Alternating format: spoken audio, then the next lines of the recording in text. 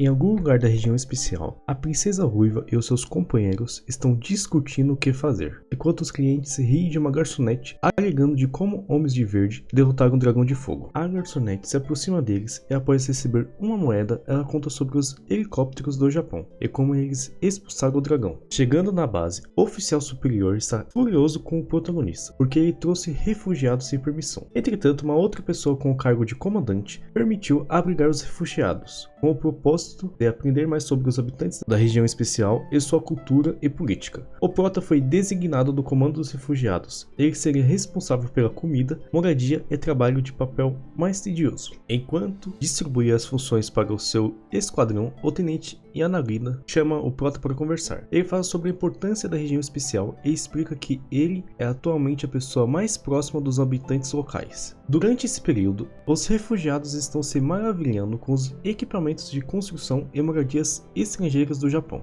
Lilei, a maga, rapidamente percebe a importância de aprender japonês e deseja aprender rapidamente seu idioma e cultura. A elfa, que até então não tinha se apresentado, se apresentou. Ela é Tokaruna Marcial. Ela é uma garota alegre, embora um pouco reservada e propensa a entrar em pânico em situações perigosas. Ela mostrou sinais de um surto psicótico após seu resgate, recusando-se a aceitar que seu pai tinha morrido nas mãos do dragão de fogo. E durante o sono pacífico, ela tem uma propensão a dormir na forma como vê o mundo. Mais tarde naquele dia, uma casa de banho foi construída e todas as personagens principais foram tomar banho. Elas conversaram sobre todas as coisas novas que viram naquele dia. Enquanto isso, na China, o presidente chinês está interessado na região especial. Ele gostaria de transferir metade da população da China para lá. Em algum lugar da região especial, a princesa ruiva descobriu que um rei de um país vizinho, que era o comandante do ataque contra a base do Japão, estava vivo. Ele falou o quão assustador foi e como foram derrotados facilmente, e de como todos eles morreram antes mesmo de ter a oportunidade de atacar. E mesmo após esse relato, a princesa ainda está decidida a ir em um encontro diplomático na base do Japão. Então ela vai para Itálica, um ponto de parada antes de chegar na base do prota. Tuka acredita que eles terão que se vender ao exército japonês para sobreviver, mas Lilei, a maga, chega e leva ela e a Rory para o campo de batalha, onde há muitos cadáveres de dragões alados. Ela diz a eles que o exército japonês aparentemente não está interessado nas escamas, e como essas escamas são um item muito valorizados na região especial, e por causa disso elas não precisam se vender. Então, após juntar muitas escamas, elas pedem para o protagonista que elas levem elas para Itálica. Ele concorda com isso. A equipe do prota está viajando para Itálica. No meio do caminho, eles perceberam uma nuvem de fumaça vindo da cidade. Eles ficam em alerta e avançam lentamente para a cidade. Enquanto isso, lá na Itálica, ela está sendo sitiada por remanescentes do exército alinhado, que se transformaram em bandidos. Eles estão atacando o portão sul, mas quando percebem que não pode romper, eles acabam recuando. A princesa ruiva, que comandava as forças de defesa, se sentiu aliviada com a retirada deles, mas ela sabia que eles iriam voltar, então ela aproveita e foi descansar enquanto podia. Antes de dormir, ela pediu que joguem água nela caso haja problemas novamente. Enquanto dormia, ela se lembrou de como começou a sua ordem de cavaleiros. Quando criança, ela estava determinada a iniciar uma ordem de cavaleiros e treinou suas amigas desde pequenas. A ordem foi tratada como uma piada por muitos membros da realeza. Após 7 anos de treinamento duro, a Ordem da Princesa se tornou um grupo legítimo, como a Ordem dos Cavaleiros das Rosas, embora seja mais como uma guarda de honra, ou seja, eles não iriam para a guerra, apenas ficavam responsáveis para receber ou guardar um chefe de estado. A princesa se ressente desse fato, ela tem sede de combate real, mas em breve, graças à falha da defesa do portão, ela terá a sua chance de provar seu valor. Assim como foi pedido por ela, a princesa foi acordada com um balde de água fria. Isso significava que tinha algum problema. Eles avisaram que tem alguns veículos desconhecidos fora dos muros da cidade. Quando ela viu a apóstola Rory, percebeu que se esses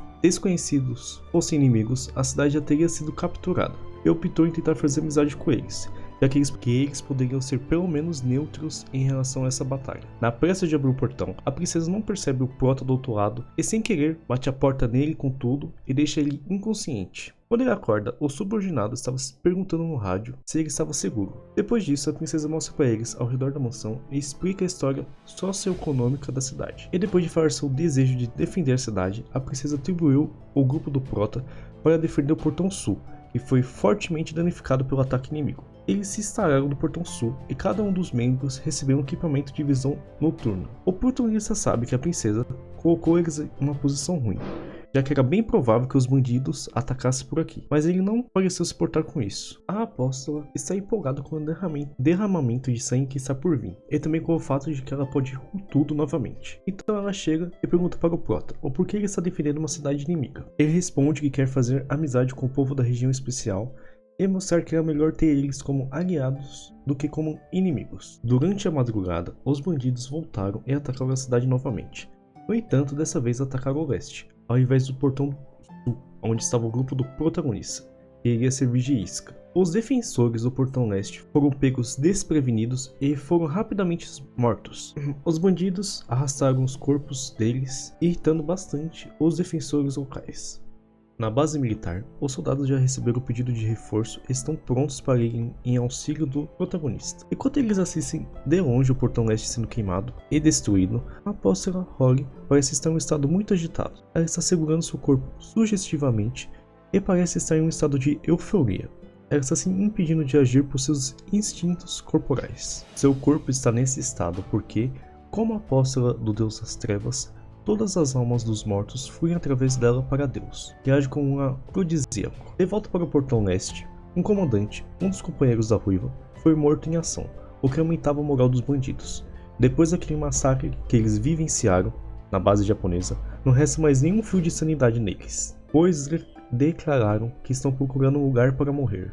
Finalmente, capaz de conter seus instintos corporais, Holly corre em direção ao portão leste, apesar de não ter ordens para reforçar o portão leste, forçando os soldados a segui-la. Enquanto isso, a princesa Ruiva sofre um congelamento mental, pois nem certa sobre o que fazer agora, já que o portão leste foi derrubado e os civis inexperientes que estão defendendo o portão secundário são facilmente derrotados pelos bandidos mais experientes. A apóstola saiu disparada do portão sul, e quando os bandidos tentam atacar a parede secundária. Ela facilmente domina o membro mais forte do bandido e defende a parede secundária. Enquanto ela se prepara para lidar com os bandidos, um míssil vindo de um helicóptero atinge a parede, seguido por um ataque de toda a quarta unidade de combate. No interior do portão leste, o grupo do Prota se juntaram à briga, embora Kuribashi, sua subordinada, tenha entrado no campo inimigo sem levar em consideração sua própria segurança. Ela e a apóstola sincroniza seus movimentos juntos, para cobrir as costas uma da outra, enquanto derrota os bandidos. Itami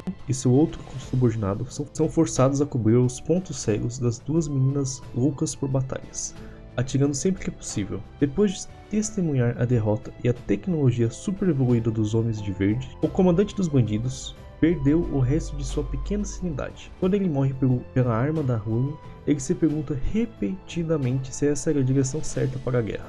Depois da chegada do reforço, todos os bandidos fora da cidade foram mortos, e depois de cuidar de todos os bandidos, a quarta unidade de combate começa a capturar prisioneiros de guerra e ajudar civis feridos. Após tudo ficar resolvido, o Prota estava segurando a apóstola no colo, e acidentalmente ele pegou nos peitos dela, e em troca levou um tapão na cara. A princesa Ruiva ficou feliz e triste ao mesmo tempo. Feliz por causa da vitória e que os habitantes da cidade conseguiram serem salvos. E triste porque teme que os Homens de Verde conquistem para si a cidade e possam tomar ela como escrava. Vendo a situação como uma perda completa para o Império, mas ela foi pega completamente desprevenida pelo fato dos termos da negociação terem favorecido bem mais o Império do que eles. Apenas consideram isenções fiscais e passagem livre do exército. Depois de ficarem acordados por mais de 24 horas, a equipe do Prota finalmente poderia descansar, depois de voltar para a base. Entretanto, o imprevisto aconteceu. A Ordem das Rosas finalmente tinha chegado, justamente quando eles estavam indo embora. Para o azar deles, os recém-chegados não sabiam do tratado que havia sido feito, percebendo que se alguém do seu lado atacasse, violaria o tratado.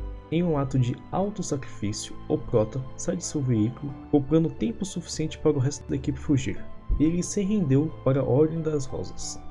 E aí, o que será que vai acontecer?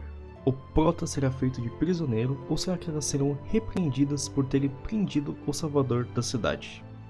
Comente o que vocês acham que vai acontecer, não se esqueça de se inscrever e deixar um like.